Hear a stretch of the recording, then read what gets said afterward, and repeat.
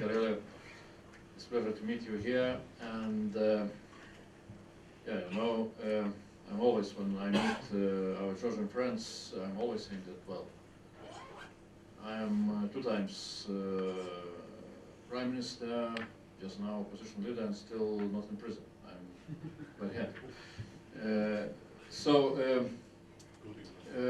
You explained quite a lot about the changes which are going on in Georgia. Really very interesting, and we wish also success. I can make a lot of critical comments on our government of Lithuania today, but we have some common goals, and one of them, of course, is Eastern Partnership and success of Georgia, success of Ukraine and other Eastern Partnership countries during Vilnius Summit. Usually, when I was visiting Georgia, being Prime Minister, or even before, and having meetings here, I'm always was wondering why in Georgia you are always very strong on one leg. And you explained just now really how strong is Georgian Dream Team just now, with a new president, new Prime Minister. The same was with the previous strong government and strong president. But I think that if to look into Lithuanian history, and I'm in Lithuanian politics from the 1990s, one of the successes was that we pushed forward from the very beginning also to have a strong second leg, I mean opposition. And I remember very well when I was back in 1996 in the ruling coalition, I took care about our statute of our parliament, and I pushed, being in ruling coalition at that time, I pushed through the reforms which created a lot of new powers for opposition. My friends in the ruling coalition were wondering what I am doing. I was saying, when you are in power, you should take care about the powers of opposition, because in the democracy the time will come when you will go into opposition. And if you will not take care when you are in power about the powers of opposition, then it will be late. So my very simple question, Mr. Speaker, are you preparing yourself to become the leader of opposition? No. Shall I? Yes, sure. Mr. Prime Minister, I spent all my life being leader of the opposition. Unfortunately, you and many other people outside of Georgia were told that we are not leaders of the opposition, we are leaders of the criminal gangs in Georgia, led from Moscow, trying to undermine the good government in Georgia and bring back the communism and so on.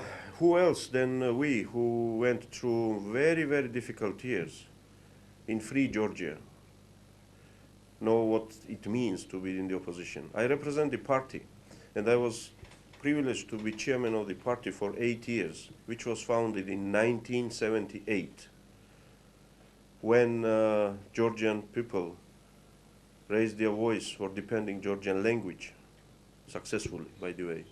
And the party was formed then, demanding independence, end of communism, end of Soviet Union in Georgia. And 8 party leaders, 6 of them are now still in the party, and 2 of them are in the parliament. We are prisoned, and they spent 7 years in KGB gulags, and we are freed only in 88 and 89. So we do know some things about sufferings from authoritarian government and what it means to be opposition leader when you have just nothing to rely on and you are so unsecured. I know about how it feels when you are sending a person in an embassy, Poland embassy, in order to be survive, to stay alive and to tell the rest of the world what was happening in November 2007, when the peaceful demonstration was cracked down and then all this nightmare happened there. We know what it takes to be in Georgia and to be active in politics, like Mr. Gelashvili, who sits here, who is a half Lithuanian citizen, who raised his voice in 2005 when Mr. Saakashvili demanded his private house, which he wanted to include in the territory of the residence where you have been and many others.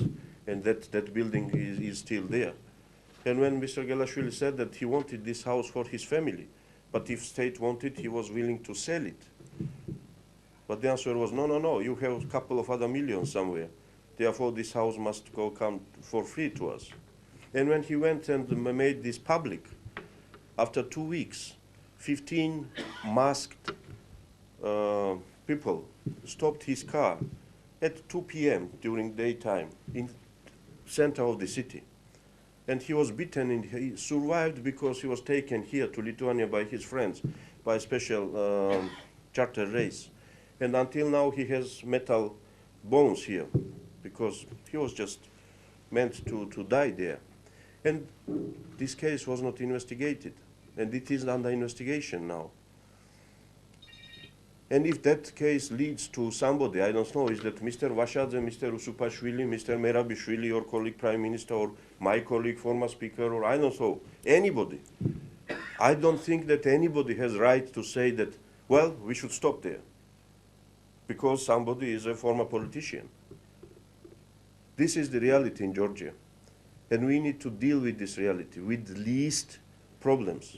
We need to close this page of the past, which is very problematic, because we take your advice to take care of the opposition or to do the things in a right way.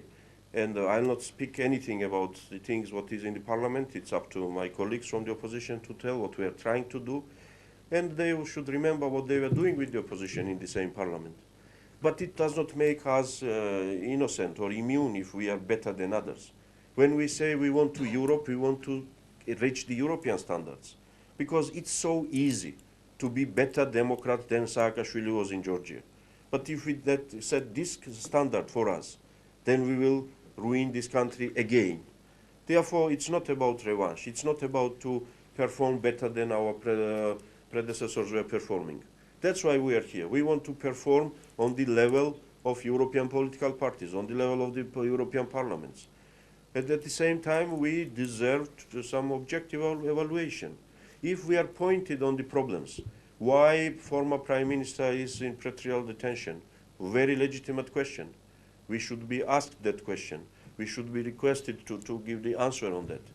But at the same time, if that question means that there was prosperous democracy in Georgia, it was the beacon of democracy, and now democracy is backsliding and going to wrong direction, then I will say, sorry, wait a minute. Then we have to have a longer discussion.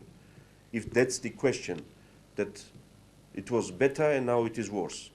We have problems. We have the same judges. All 100% of judges are the same judges who produced 0.01% acquittal rate of decisions in 2010.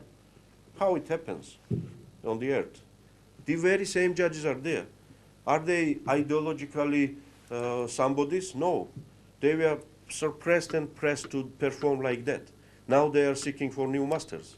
And we need to do special efforts not to become new masters of those judges and dictate what to do. Is something like that still happening? Yes, it is happening. We have prosecutors who forgot what is prosecutorial job for 9 years, because what they were doing, they were just negotiating with the accused people who were in prison, how much they would pay in exchange of plea bargaining. Because 99% of cases were ending with this plea bargaining. It was no need to gather evidences. Nothing, just you caught somebody and just what prosecutor needed to do to guess how much you are able to pay. That was prosecutor. Therefore, our prosecutors who are investigating cases, they are doing just horrible things during this year when I'm looking there. If we fire them, we'll be accused that, well, what this government is doing. They're bringing the loyal prosecutors there. If we work with them, we need to train them better. So there are a lot of challenges, and we need to deal with these challenges. There's some unfortunate fate with the prime ministers of Mr. Saakashvili. First prime minister is dead, Mr. Joania, in very questionable circumstances. And even Mr. Saakashvili admitted recently that yes, he prevented to tell the truth to the people, because that truth would be something, I don't know. So he was keeping this case on the shelf, true case. I don't know why, and new investigators are investigating that. The second prime minister appeared to be Russian guy, who was running for the elections and who was running to Kremlin and standing next to Putin and coming from there as a Russian guy, and he was leading the country for 3 years. The same about the Speaker of the Parliament, Ms. Burjanadze, who was running in these elections and who is now portrayed as #1 pro-Russian person. So when we talk about Prime Minister Ivanishvili, please don't forget that he served as Prime Minister for 3 months. Before he served as Minister of Interior for 7 years. Merabishvili, sorry. Merabishvili, Prime Minister Merabishvili. So, and if one wants to understand what was going on there in Georgia during 7 years in police, probably needs to ask different questions. Police was reformed, yes, but uniform police was reformed. I am proud to see that in Georgia, patrol police is considered as the best friend for everybody. And mothers are calling to patrol police saying that I am late to get my son from kindergarten. Can you take care of him? This is the new reality. We had the reality when they were standing on the streets and gathering those 3-5 rubles. Yes, this is huge success, as well as the agency which Mr. Vashadze was heading, the public register, where all these licenses and IDs and the certificates are issued. He was able to create the system where corruption opportunities are brought down to zero, because it's computer program which makes decision to issue ID or not Mr. Vashadze or his other people there. This was huge successful case. However, a month ago, some false IDs were discovered, which were used during previous elections, huge quantities. So that was parallel process. Together with uniform police, which we are proud of, we have police without uniform, who were responsible of taping 25,000 files, videotapes from our bedrooms, from our private places, 25,000 files, which were stored in that same police where Mr. Merabishvili was head. I'm not saying it because of all these things, somebody should be in jail. No. Person who has committed something, and if there are evidences and evidence are tried in the independent court, only after that somebody must be tried. But I'm sorry, but this kind of simplistic approach that I am former prime minister and I am not in prison, and therefore why Mr. Merabishvili is questioned, is very simplistic. I'm sorry. Problems are much deeper. About Saakashvili, we want somehow to find dignified way for him, for the country and for everybody to continue. But for what he is busy with during these days, now after the elections, when elections are over, and in such time period, I don't know, normal presidents of normal countries are busy with something else. What he is doing, he met with Mr. Sarkozy 2 days ago, and he was telling that we, new government, forgot everything what Sarkozy achieved, and we are not any more interested in that agreement, and this occupation and whatever, it does not matter to us. And he signs one decree one day and grants Georgian citizenship to more than 1,000 citizens of Turkey who are living in Turkey in a village, in the areas where people from Georgian ethnic origin live. He goes there, meets them, dances, and remembers Georgian songs and something, comes back and grants this 1,000 citizenship to those citizens. I will not elaborate and I will not draw any parallels with other countries who are doing this kind of things. And then we need to deal with these kind of issues and problems. He runs after a citizen of Georgia who was imprisoned, who was released. He went to Armenian populated Rayon there, Mr. Saakashvili, and somehow that person meets him on the street, which is another strange thing. And he's running physically after this person, saying, you separatist, your plans will never come true. I am here to defend my country. And it is on video and it is taped there. I will not continue. What I am urging everybody, myself, because I consider myself as, it was said that Georgia, when it becomes EU member, we may lose our identity or so on. I don't think so, because no matter how much political complaints I would have about Saakashvili, he remains a very close person to me. We were together for, I don't know, 8 years, designing together the first judicial reform, first criminal code reform, and everything. Of course I care about him, and I care about my president. And I don't want to see the things which I heard here in this city, which happened yesterday. I'll not elaborate. Because he is the president of the country, and I'm chairman of the parliament of that country, and we have ambassador here who represent this country. And if that country wants to thank to people here in this country and recognize their achievement in this friendship, these kind of things are done in different way than it was done. So there are many things which bothers us, and we are so thankful that you are devoting time and energy to Georgian matters. You have so many problems. You have so many things to do. We want to continue, but at the same time, we want more understanding of the things, and we want more help in order to make the life of Georgian people better. Thank you. Thank you, Mr. Speaker. I'm looking around for one more question, if it would come, because time is running out. No hands raised.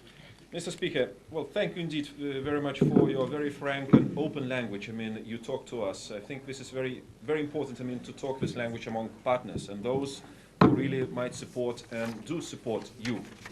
In fact, there is a strong group of friends of Georgia, and we hope we will remain in this group. You can bound on us and come with, every time, with different agenda, and you will have somebody to talk. I wish Georgia remains within so-called Vilnius Troika. I hope after the summit we will call this Vilnius Troika as a group who will advance even more, showing an example, a good example for those countries in